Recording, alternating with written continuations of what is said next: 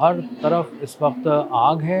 या धुआं है और तबाही के मनाजिर देखने में आ रहे हैं। इतनी दूर तक ड्रोन्स का आना, रूस की आंखें फटी की फटी रह गई हैं और उसके फौजी हुकाम सर जोड़कर बैठ गए हैं। बहुत बड़ा घाव जो है वो रूस की मईशत को लगाया गया है। S-400 defence system, multi layer system, उनको तबाह कर दिया गया यूक्रेन की जानिब से ड्रोन अटैक्स करके। यूक्रेन अपनी गिरफ्त बहुत ज़्यादा मजबूत कर चुका है हमलों में, ज़मीन से लेकर फ़िज़ाओं तक और उसके बाद समंदरों तक हर जगह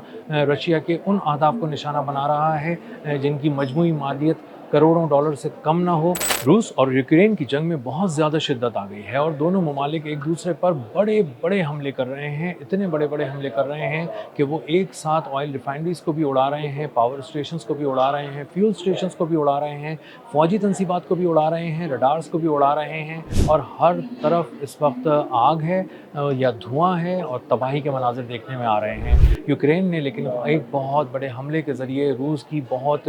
बड़ी बड़ी फैसिलिटीज़ को निशाना बनाया है और इतनी बड़ी फैसिलिटीज़ को निशाना बनाया है कि रूस खुद भी हैरान रह गया है, क्योंकि रूस के दूसरे कोने पर उन्होंने हमला किया है और इतनी दूर तक ड्रोन्स का आना, रूस की आंखें फटी की फटी रह गई हैं और उसके फौजी हुकाम सर जोड़कर बैठ गए हैं। मेरा नाम अज़हर अली ख़ान है और आप देख रहे हैं आज की बात। ओमस्क की एक ऑयल रिफाइनरी है, बहुत बड़ी ऑयल रिफाइनरी है। ये 10 में से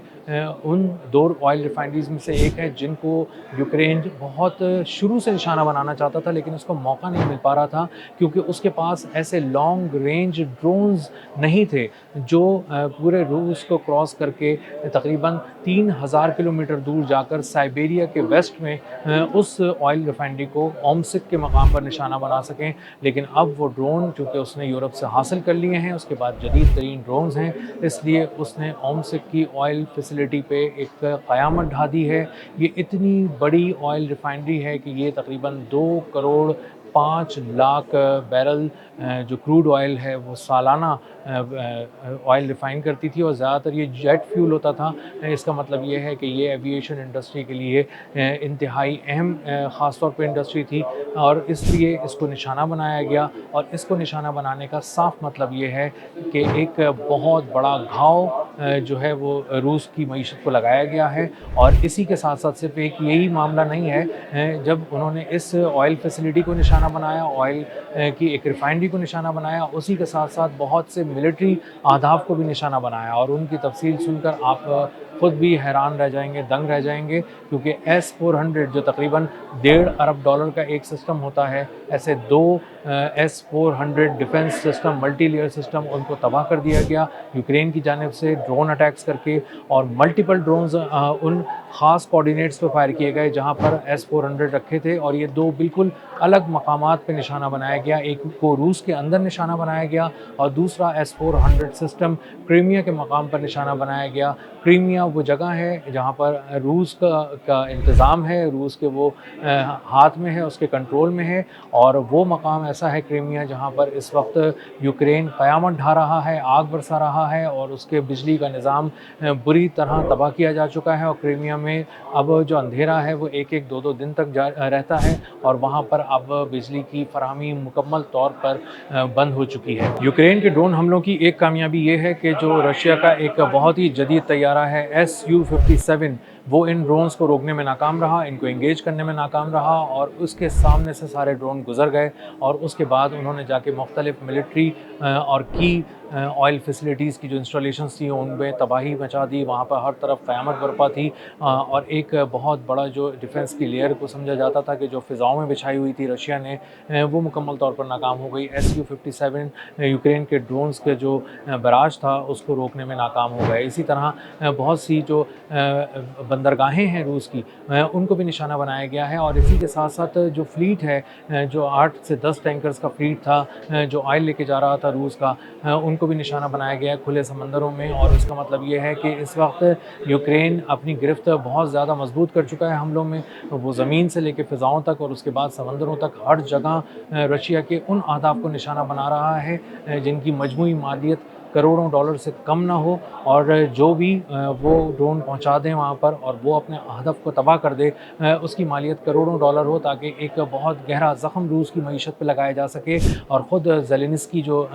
यूक्रेन के सदर हैं, वो ये बात कह चुके हैं कि हम असल में उस मशीन को तबाह करना चाहते हैं जो रूस के लिए की जंग के लिए पैसे बना रही है, और असल में वो ऑयल मशीन है, ऑयल रिफाइनरीज़ हैं, ऑयल फैसिलिटीज़ हैं और ऑयल एक्सपोर्ट्स हैं। और अगर हम उसको निशाना बना रहे हैं तो इसका बराह रास्त मतलब ये है कि हम उस कैश मशीन को निशाना बना रहे हैं जो दरअसल रूस की जंग को फ़ंड कर रही है। और इसीलिए उन्होंने अपने आप को बहुत ज़्यादा हमले उस वहाँ पर तेज़ कर दिए हैं और समंदरों के अंदर भी ऑयल टैंकर्स को निशाना बनाया जा रहा है। ये एक ख़ास टाइमिंग भी है जिसमें यूक्रेन हमले कर रहा है और बहुत बड़े-बड़े अहदाफ को दूर तक जाके निशाना बना रहा है। और असल में ये नेटो समिट के दौरान जो अंकारा में हो रही है, जहाँ पे तमाम नेटो ममालिक जमा हैं, यूरोपीय ममालिक जमा हैं और ख़ासकर वो ममालिक जमा हैं जो इस रूस के ख़िलाफ़ जंग में यूक्रेन को फ़ंड कर रहे हैं, उन तमाम को ज़ेलेंस्की अपनी फ़ौज की कारकर्दगी दिखा रहे हैं और बता रहे हैं कि हम एक से दूसरे कोने तक मार कर रहे हैं। ड्रोन्स के ज़रिए रशिया को हमने बुरी तरह ज़ख्मी कर दिया है, उसकी मईशत को ज़ख्मी कर दिया है, उसकी फ़ौज को ज़ख्मी कर दिया है और हम तकरीबन 3000 किलोमीटर दूर तक ड्रोन से निशाने लगा रहे हैं। और इसका मतलब ये है कि रशिया के पास अब बचने के लिए बहुत कम चांस रह गया है और उसके जो हमले हैं अब आने वाले दिनों में मज़ीद बढ़ जाएंगे। अंकारा में होने वाली नेटो समिट इस वक्त यूक्रेन के लिए भी बहुत अहम है और रशिया के लिए भी बहुत इम्पॉर्टेंट है। असल में यूक्रेन के लिए इसलिए है ताकि वो अपनी कारकर्दगी दिखाकर मज़ीद उनसे फ़ंड्स मांग सके और कह सके कि इस जंग में हम चूँकि बहुत ही शानदार कारकर्दगी का मुज़ाहरा कर रहे हैं और रूस को बहुत गहरे ज़ख्म लगा रहे हैं, इसलिए हमारी फ़ंडिंग बढ़ाई जाए और हमें जल्द पैसे दिए जाएँ, हमारे पैसे रिलीज़ किए जाएँ। रूस के लिए इसकी इम्पोर्टेंस ये है कि वो किसी तरह यूक्रेन पे बड़े हमले करे और नेटो समिट के दौरान ही उसके तमाम यूरोपीय लीडर्स को और नेटो को इस बात पर मजबूर कर दे कि वो देखे कि किस तरह इसके ज़ख्मों से खून रिस रहा है यूक्रेन के, और यूक्रेन रूस के सामने कुछ भी नहीं है और रूस उसको ताक कर वहाँ पर निशाने लगा रहा है और वहाँ पर तबाही फैला रहा है। और इसीलिए कॉन्स्टेंटिनोवा जैसा जो शहर है उस पर कब्ज़े की बात कर रहा है रूस और अपनी मिलिट्री को मुसलसल एडवांस कर रहा है। तो आने वाले दिनों में ये एक बहुत अहमियत का हामिल है। रूस को अब यूक्रेन के शहरों पर अपना कब्ज़ा दिखाना है क्योंकि वो बहुत बड़े पैमाने पर तबाही मचा चुका है और यूक्रेन की कामयाबी ये होगी कि वो रूस को अपने घुटनों पर गिराने की कोशिश करे, उसकी ऑयल फैसिलिटीज़ को उड़ा दे। और उसने जो 50 से ज़्यादा ऑयल रिफाइनरीज़ को निशाना बनाया है, कुछ और बड़ी ऑयल रिफाइनरीज़ को निशाना बनाने के बाद रूस को ये सोचने में मजबूर कर दे कि शायद यूक्रेन हमारे लिए ज़्यादा ख़तरनाक साबित हो रहा है और वो हमारी ऑयल रिफाइनरीज़ पे बहुत ही गहरे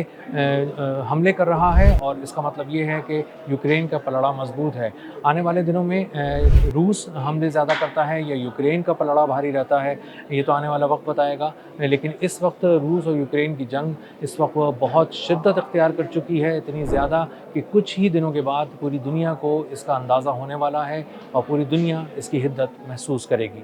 अब तक के लिए इतना ही, मिलते हैं अगले व्लॉग में किसी नई खबर, नए तज्ज़िये और नए ज़ाविये के साथ। अल्लाह हाफ़िज़।